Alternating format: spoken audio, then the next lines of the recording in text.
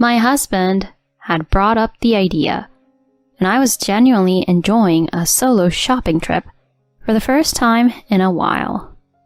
Unexpectedly, I bumped into my in-laws, who then decided to drop by our house. They don't live close, so they were thrilled about the chance to see our daughter. On our way home, we excitedly shared photos of her.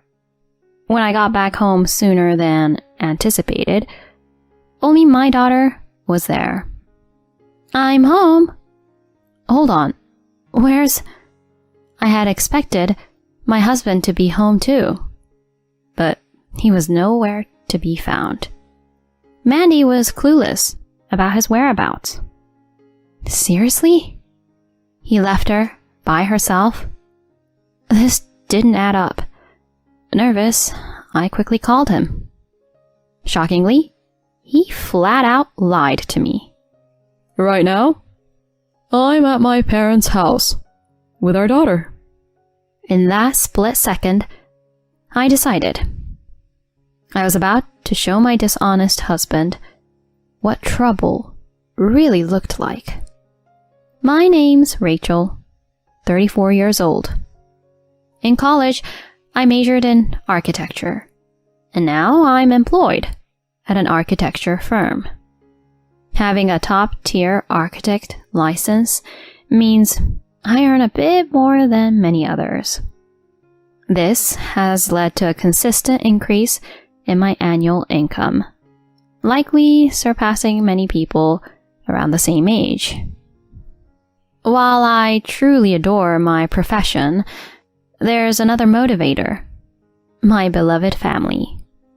At the moment, I live with my husband, Scott, and our daughter, Mandy. I met Scott 7 years ago, became pregnant shortly after our wedding 5 years ago, and welcomed our daughter the next year. Mandy's 4th birthday is just around the corner. Thankfully, she's been growing up healthy without any serious issues. With both Scott and me working full-time, Mandy attends daycare. From what her teacher mentions, she's befriended many kids and seems to be doing great socially. I go the extra mile in my job for the sake of my wonderful daughter and husband. On the other hand, Scott's job is at a manufacturing plant. However, I've caught wind that the plant's sales have taken a downturn. Just recently, he commented over a beer. "If things continue this way, they might cut me to save on labor." I was so taken aback that I choked on my coffee. Concealing my alarm, I asked, "What do you mean? Can they just lay you off out of the blue?" "Rumors have been swirling for some time, and they've actually started letting some folks go." Now that you mention it, I guess your paychecks have been lighter lately, huh? "I'm actually thinking of picking up a part-time night job, so we should be good with bills." Hold on, a night job? "Yeah, I've put in an application, and there's an interview lined up." My heart sank hearing this. He's already stretched thin. Adding nighttime work seems excessive. After a pause, I voiced, "You really don't need that night job." "But with what I'm making now..." My company is on the upswing, and our profits are climbing. Financially, we're solid. "You sure?" Absolutely. I'd hate for you to burn out. "Rachel..." "Okay, I'll lean on you for this one." We settled on him sticking with the plant job for the foreseeable future. I've kept it from him, But in reality, we could live comfortably on just my earnings. Bringing that up might hurt his ego. My last intention is to upset him. I only wish for him to have a stress-free job. Since our talk, he doesn't seem as downcast. In fact, he appears more upbeat. His frequent smiles warm my heart. It looks like he's less burdened about his job. That's a relief. With my steady income rise, financial concerns are off our plate. Above all, the happiness of our family is paramount. With that mindset, I've been grinding away.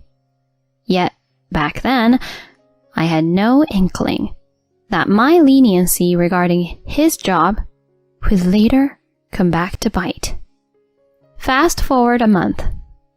After wrapping up at work, I picked up Mandy from daycare like always and headed home. Usually, Scott will be back by the time I start dinner. But he was notably late that day. Over dinner, Mandy wandered aloud. "Mom, why is Dad taking so long?" "I don't know," I answered, glancing at my phone. No texts from him. Post-dinner, I tried to call him, but all I got was the endless tone of an unanswered call. This was a first for us, so I couldn't help but fear the worst. He didn't have an accident, did he? But if something like that happened, surely someone would have reached out. Everything has to be all right. After tucking my daughter in, I chose to wait up for him. Around 11 p.m., I finally heard the front door. Racing to greet him, he looked taken aback. "You're still up?" His nonchalance irked me, prompting me to voice my frustration. "What do you mean, still up? Do you realize how late it is? You ignored all my texts. Do you have any idea how worried I was?" "Oh, my bad. I got roped into some unexpected overtime and didn't check my phone." "Overtime? Would a quick text have been too much to ask? Just to let me know you'd be late?" "That's why I'm saying sorry. I promise I'll be more considerate next time. All right?" Seriously? After all my worrying? I'm going to bed. I sighed, turned, and made my way to the bedroom. Instead of a genuine apology, all I heard was a heavy sigh behind me. Come morning, though I tried to keep things normal for Mandy, he was visibly grouchy. "Daddy?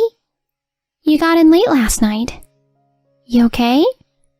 She attempted to chat him up a few times, but he ignored her. "Daddy, are you listening? Hey, Daddy! Mom and I were really worried about you. Can you not hear my voice anymore?" Watching her verge on tears from his cold shoulder, I had to bite back my anger and comforted her. "Oh, sweetie, I'm sorry. Daddy had a late work night and he's just exhausted." "Was he at work?" "Yes. He was working hard for both of us. We'll chat with him later, okay?" "All right. Sorry, Daddy, and thanks for always working so hard." She shot him a heartfelt smile, but he remained stone-faced. No matter how hard she tried, he was short with her. His childlike sulking was puzzling more than infuriating. I resolved to have him reconnect with her that evening. But starting from that day, his routine shifted to consistently coming home past midnight. Sure, he'd informed me of his late hours, but overtime was a rarity for him before. It felt off. Choosing to get to the bottom of it, I hired a private investigator to shadow him on weekdays for a couple of weeks. Mid-investigation, one day, I arrived home to Scott already there. "I didn't expect you home this early." He grinned and said, "Every now and then, it's good to prioritize family. It was a slow day at work, so I took off early." "Really? Dinner will be ready soon. Just hang tight." "Got it. I'll hang out with Mandy in the meantime." "Huh? Oh, sure. Thanks." His sudden change in attitude was disconcerting. As I started cooking, Scott, playing with Mandy, called over. "Hey, Rachel. How about you take next Saturday off for yourself?" "All alone?" "You deserve a breather too. You've shouldered all the household responsibilities. I'll manage Mandy for the day." "Are you sure?" "Absolutely. It's the least I can do." He smiled warmly. Despite our recent tension, perhaps he was trying to be thoughtful. Maybe this was his way of extending an olive branch. My resentment began to diminish. Though it might seem minor, this gesture touched me. So I accepted his offer and planned a solo shopping day. That weekend, I dressed up, did my makeup, and ventured downtown on my own. I started off early, explored a few art galleries I'd had on my list, treated myself to a fancier than usual lunch, and wrapped up my afternoon browsing through a high-end department store sporting my favorite labels. It was only 3 p.m., and even though Scott told me to enjoy my day and not rush back until evening, I'd already hit all the stores on my list and bagged my buys. I went to a supermarket to grab some ready-to-eat dishes and a dessert for dinner. It seemed a little early, but the idea of having an early dinner together appealed to me. As I was scanning the aisles, a voice rang out, "Rachel!"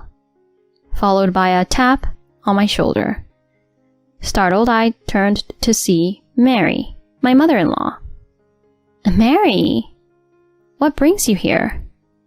"You're by yourself today?" "Yeah, just me. Scott's on daddy duty with Mandy, so I'm enjoying a rare day out." "Oh, really? Jason's around too. How about we catch up over some tea?"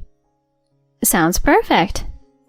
She flagged down Jason, my father-in-law, and we settled in a cafe near the supermarket.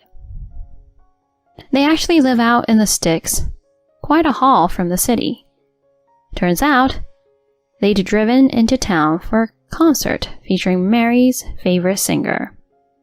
It had been a hot minute since we last caught up, so our conversation flowed easily. At some point, Jason remarked, "I've been missing Mandy so much." Picking up on that cue, I proposed. "Hey Mary, Jason, how about swinging by our place today?" "Now? You sure?" "Totally. Scott's around and I've got tomorrow off since it's Sunday. If you guys are up for it." "That sounds wonderful. We've really been missing time with Mandy." "She'll be over the moon to see you two. Please, do come over." We then prepped to head out a tad early, and they even pitched in, picking up a bunch of dishes and desserts. On the train ride home, we gushed over recent snaps of Mandy, and soon enough, we were back. But something was off. Only Mandy was home. I'm home. Hold on. Where's... I had expected Scott to be home too, but he was nowhere to be found. Mandy was clueless about his whereabouts. Seriously? He left her by herself? This didn't add up. What's he up to? Mary whispered, a touch of worry in her voice. I didn't waste a second and called Scott. When he answered with a breezy, "Hello?" I switched to speaker mode so Mary and Jason could listen in. Trying to keep my composure, I asked, "Where are you right now?" Now, I'm at my folks' house with Mandy. Your folks? Yup. Thought you were gonna be out late, so I figured I'd let them hang with Mandy. It's been a while. I shot a glance toward Mary and Jason, who were clearly thrown off. I mean, anyone would get that this story didn't add up. Right then, it hit me. Scott was betraying me, our family, and he was going to pay for it. After hanging up, I left Mandy with Mary and Jason and made a beeline to the PI agency I'd hired earlier. I laid out the whole story and they handed over their findings. Just as I'd feared, Scott was seeing someone else. All his working late stories, all made up. Even worse, he'd lost his job and was blowing through his severance on daytime rendezvous. No doubt he's with her right this moment. As soon as his affair was confirmed, all my love for him evaporated. It wasn't long before I was dead set on a divorce. This was all so out of the blue. I'd sensed something was off, but cheating? And to think he left our little girl all alone at home for this fling? Unthinkable. Once I got home, I told everything to Mary and Jason. Both my in-laws and I were taken aback, and yeah, we were mad. Hours went by as we sat there, waiting for Scott to waltz through the door, with my in-laws right there with me for support. I rang up my sister, who lives just around the corner, to come get Mandy and watch her for the night. Then, a little after 7 p.m., in walked Scott. I'm back. He strolled into the living room like it was any other day, but the three of us stared him down hard. What the? He went from casual to ghost white in a split second. Caught red-handed, he scrambled for an explanation. Look, Rachel, this isn't what it looks like. I was just shopping. Shopping? Didn't you say you were with your folks? Funny thing, I bumped into them at the supermarket and rode home with them. Well, actually... And let's not forget how you left Mandy, our little girl, all alone. Also, you could sneak around with your mistress? My voice rising, I threw down the photos I'd gotten from the PI. He went mute, face drained of all color. With a stern voice, I snapped. Using your own parents as your alibi? Abandoning Mandy to be with her? You're lower than low. Please, I swear it won't happen again. Just give me another chance. Another chance? Buddy, you were done the minute you pulled this stunt. There's no coming back from this. And trust me, you'll pay for what you've done. As I laid into him, my in-laws took charge, grabbing him by the arm and hustling him out. He tried to yell something, but they weren't having it, and carted him off to their place. Later, I lawyered up, filed for divorce, and went after him for alimony. With the proof I had, and my in-laws backing me up, the divorce wrapped up quick. He coughed up alimony, and now pays child support monthly. And with my in-laws keeping tabs, I doubt he'll miss a payment. From what Mary's told me, he's now bouncing between odd jobs and trying to land steady work. Frankly, I hope he's got it tough with them watching his every move. As for me and Mandy, we started fresh. I kept it simple when I told her we'd be on our own from now on, and she got it. She didn't need a lot of words. Even for her age, she's wise beyond her years. It stings, knowing she's had to deal with all this, but I'm just so thankful. She's rolled with the punches. Our new normal might come with its own set of challenges, but I'm determined to stay strong with Mandy by my side and never second guess my choice.